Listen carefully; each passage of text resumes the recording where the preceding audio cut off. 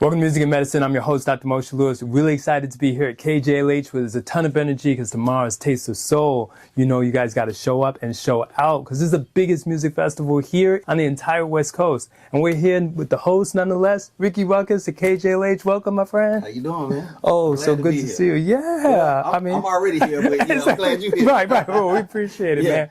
Nothing but love here. And so much talent. DJ, rapping, music. And then I also know you do graphic design. Yeah. How did you get started? How did music sort of be that bug that bit you? I was just out. My uncles used to rap, and I was just around them a lot. And I started battling people on the radio. It's crazy that I work here now. But I used to battle people on the radio. They let me perform because I won. I performed at a concert, and that's when the bug beat me. And it was over. And then the graphics came because I was broke. I was young. So I was like, I need graphics. I'm going to just learn how to do it myself. So I ended up going to school for it, and it just turned into a thing. So now I do graphics. I did graphics to push my career. And other people started coming in, hey, man, can you make that for me? Can you? So then I started making it a business, and both of them just kept running. Absolutely. And I want to talk about one of those album covers because if I'm not mistaken, you did some stuff with Van Van. How did that all come to be? So I used to do graphics for her dad. You know, wow. It was crazy. So he hit me up on Facebook, was like, yo, I need some stuff for my daughter. And it just happened to be a project with MC Light. So I ended up drawing the illustrations for a children's book. Absolutely. It was dope. So I know her dad for like 15 years. Such a small world. And we were there when you were hosting her release party. Talk to us about like full circle moment to get to be with one of your heroes, no doubt, or sheroes, MC Light, and hosting her release party after 10 years. The whole time I'm sitting there like, I can't believe I'm sitting beside MC Light. You know what I mean? It was surreal. Because, I've been seeing her on TV my entire life. Hearing her music my entire life. Not even, once I got introduced to hip hop, it was her. You know? So it was just a surreal moment to even be sitting beside her, let alone be doing an event with her. So the whole time I was keeping my cool and hosting, but I was really a little kid in this style, like, oh my God, you know what I mean? It was cool. And we was having a little conversation sitting up there, and I'm just looking at her face like, what the world? You know what I mean? It was dope. And another full circle moment is being here at a radio station. You get to do your weekly wrap up and basically wrap up the whole new. How did that idea come up with? Because you just have such a fresh taste on it. It actually came from Stevie. Like, after I got in, they was like, the PD called me and he was like, hey man, Stevie want to know if you can do rap the news. And I was like, yeah. He was like, we'll try it and see what it sounds like, and we'll see. Man, I got right to it. I had it back to him in like an hour. He was like, oh, yeah, this is perfect. I was like, all right, so this is what I can do. We can just, he said, no, this it, run it. I said, all right, you know what I'm saying? Come on, let's go. So it was dope. Like, and being this Stevie's idea, I really try to put my all into it because I want to impress him. You know what I mean? So it's dope. How did the opportunity come to pass? To even be here? Yeah. All right, so I do also on Black History Month.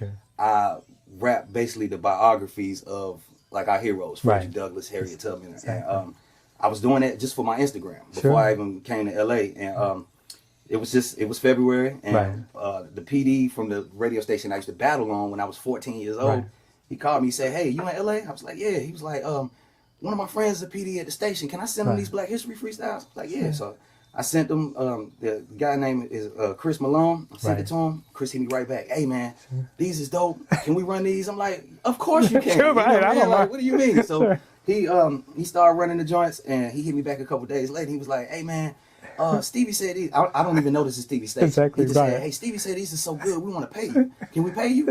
Yes. Absolutely. I still don't even know what Stevie Wonder. So time go on, and I'm listening to the radio station. I keep hearing Stevie. I'm like, oh, this is Stevie Wonder station. So I did my research. I said, oh, this is crazy.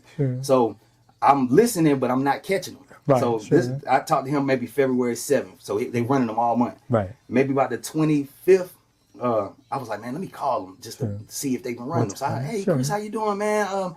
He said, oh, I was about to call you, man. We just had a meeting about you. You want to come get the check from up here, or you want us to send it to you? I was like, oh, I didn't even hear him, but Exactly, I want to come meet y'all. Don't send it to me. I want to come meet you. Right. So I come up here. He had me sit in with Tammi Mack for and just like interview me. Sure. And then when I got off, he said, Stevie likes the tone of your voice. Sure. It's not an interview or nothing, but he wants you to sit in for a week with Tammi Mack and just see how you feel. I'm like, all right, okay. And so, did you know who Tammi Mack was? I didn't at the time. I didn't. Of course not, right? But Tammi, I love Tammi. Sure. Tammy's my big sister, man. As soon as I met her, after she invited me to her house. We had dinner. Sure. She is a extravagant chef. Did y'all know that?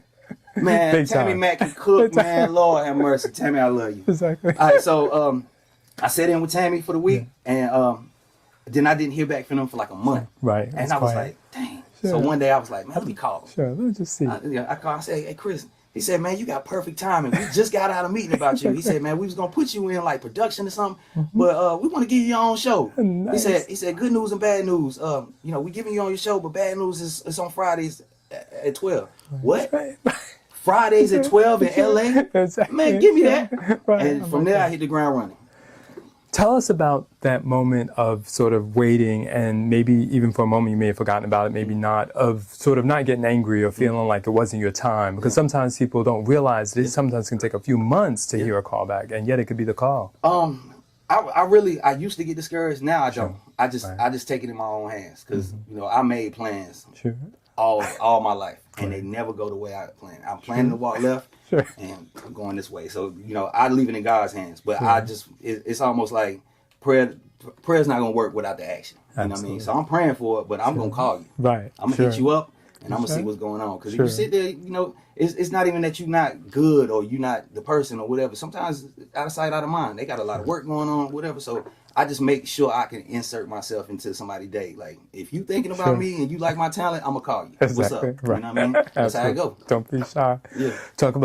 Tell us about that transition, East Coast to West Coast. Very big difference out here, big city. What have you liked about it? What's been scary? I love it. I love it. I love the weather. Sure. I love that it's always something going on. Yes. And I actually lived in Atlanta for like 7 years. So I got a taste of the big city life, and it was dope. But here it's bigger. Sure. Atlanta is like LA if you squeeze it. Compressed. Right. LA is so I'm just out here I'm soaking it up. I got my family with me, my kids, my wife. It's just we having a ball. Absolutely. And I wanted to go to that because your mom's here. Talk to us about how special it is sometimes when she can come and see you live performing in the studio and come to events. My mom is my biggest fan. Absolutely. She's my biggest fan. Like, it don't matter what I got going on, how small it is. She make it like it's the biggest thing in the world. Sure, of course. She called me. She's so excited. I talk to my mom 3 times a day. Sure. She gonna call me on every break. Sure. She gonna be talking. What did you do? Who came? What did you say? Like, she more excited than me.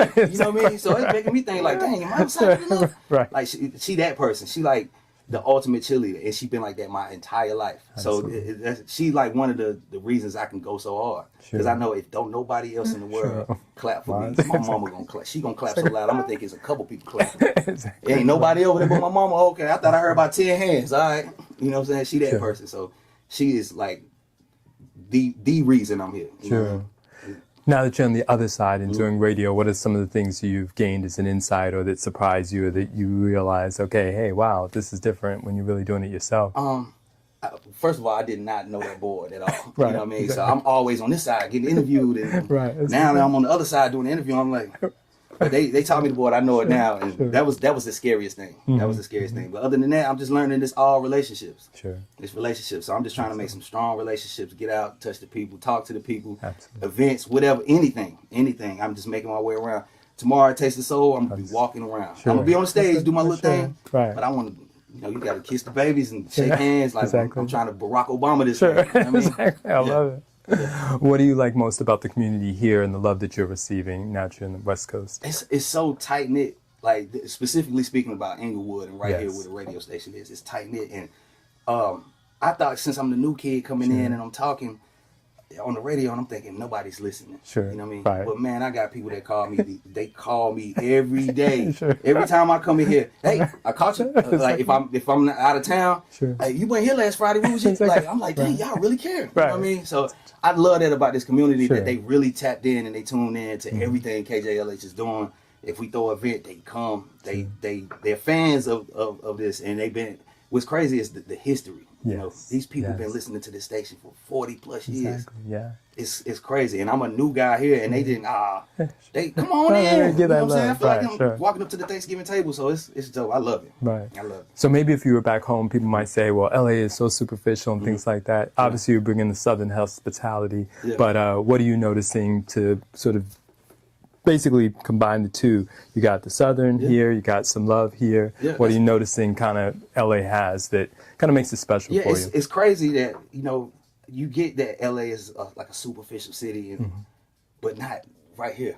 Right. These black folks, it feel like I'm at home. Right. You know what I mean? Minus the bigger buildings and wider lanes. But it feel like I'm from Winston-Salem. It feel like I'm in Winston-Salem. The love that I get, you know what I mean? So I'm bringing the Southern hospitality over here, but it's Southern hospitality here already. A lot of these people is country. You get to talk. Like, where you from? Oh, my family from Mississippi. Oh, my family from Memphis. Oh, okay. How long you been here? I've been here about 20 years. But my grandma's still over there. Okay. You from the South. Sure. You know what I mean? Absolutely. Sure. Our show is called Music and Medicine, and when you hear those words, how do they play on your ears? Music and medicine. Music and medicine says to me that music is healing. It's healing. Like, you know, no matter what you're going through, you can cut on that song. It's like, you know, if you're feeling this way, you cut that song on, it's going to make you feel this way. And being that we in the house that Stevie built, he's perfect for that. Yeah. If you ever feel it down, put Stevie Wonder on. Exactly. Man, come on, man. Exactly. It'll hey, touch look, your soul. Touch quick your heart. story. I was sitting right here where you was at. Right. I'm sitting in with Tammi Mac the first week I got here, and I had never seen Stevie. I didn't even think in my life I would be in the same room with Stevie. Sure. Man walked in with a box, set it right here. Sure. We still talking. Man opened up that box and pulled out a keyboard. I'm like, dang. All right. Dang, I wonder what's going on. Sure. Stevie walked in this joint, man, my jaw dropped. I'm sitting right here. Sure. He sat right here and he started playing Ribbon in the Sky, singing loud on the joint. And I'm sitting there where you at, and I almost cried. I believe it. I believe it. I'm trying to hold it in. I'm like, man, I'm a grown man. I can't be in the crowd, but I'm like, it's Stevie Wonder. Exactly. I was really fighting back tears. Sure, I believe it's crazy that this man been doing this so long. He still bring it out of your heart like that. It's crazy. So music, medicine, healing, it just means so much. You know what I mean? It's perfect name. Absolutely. No, thank you. Some young kid, maybe in the South or could be in Atlanta or even North Carolina, also has dreams of going to the big city or even coming to LA. What advice might you give them, especially, and their parents are also pushing them and supporting them? Just don't stop.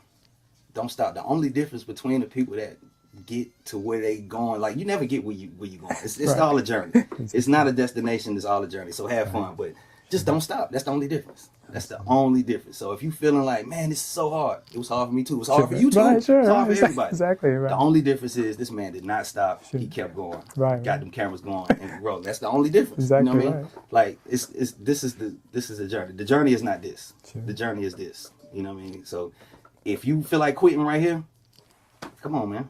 You gotta right after that, you're gonna go like this. Then you're gonna go like this again. So make sure you just stay along for the ride. It's a roller coaster. Absolutely. Sure. Give us a KJLH shout out, Ricky Ruckus style. Hey, yo, what's going on, man? It's Ricky Ruckus right here at KJLH, and I'm rocking with the doc at Music Medicine. You already know what it is, man. Let's go.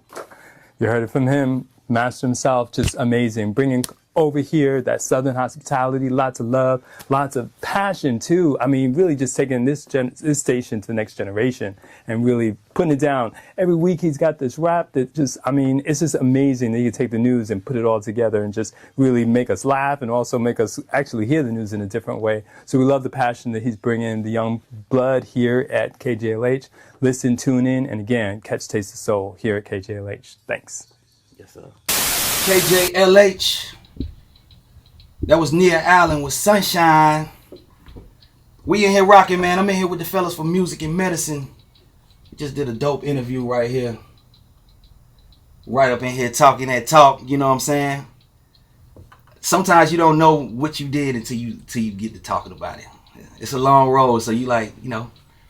A better way to say it is when you in a hurricane, if you in the eye, you don't really know what's going on the outside. It's cars and houses and trees flying by. You don't know what's going on when you're in the eye. It's beautiful, it's calm there.